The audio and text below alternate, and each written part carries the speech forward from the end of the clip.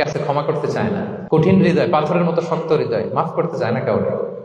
উনি আবার মুনাজাতে বসলে আল্লাহ আল্লাহ আমারে মাফ করো, আল্লাহ আমারে ক্ষমা করো, কাঁদতে কাঁদতে বুক ভাসায়। উনি ক্ষমা চায়, মাগার উনি কাউরে ক্ষমা করে না। এরকম ডাকাত আছে না নাই?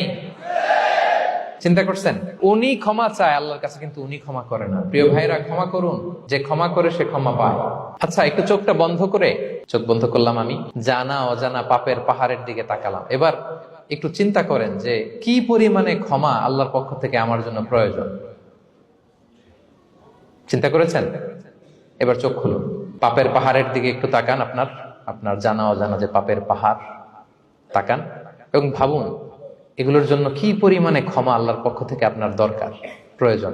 সেই প্রয়োজনের তাগিদে হলেও ক্ষমা করুন।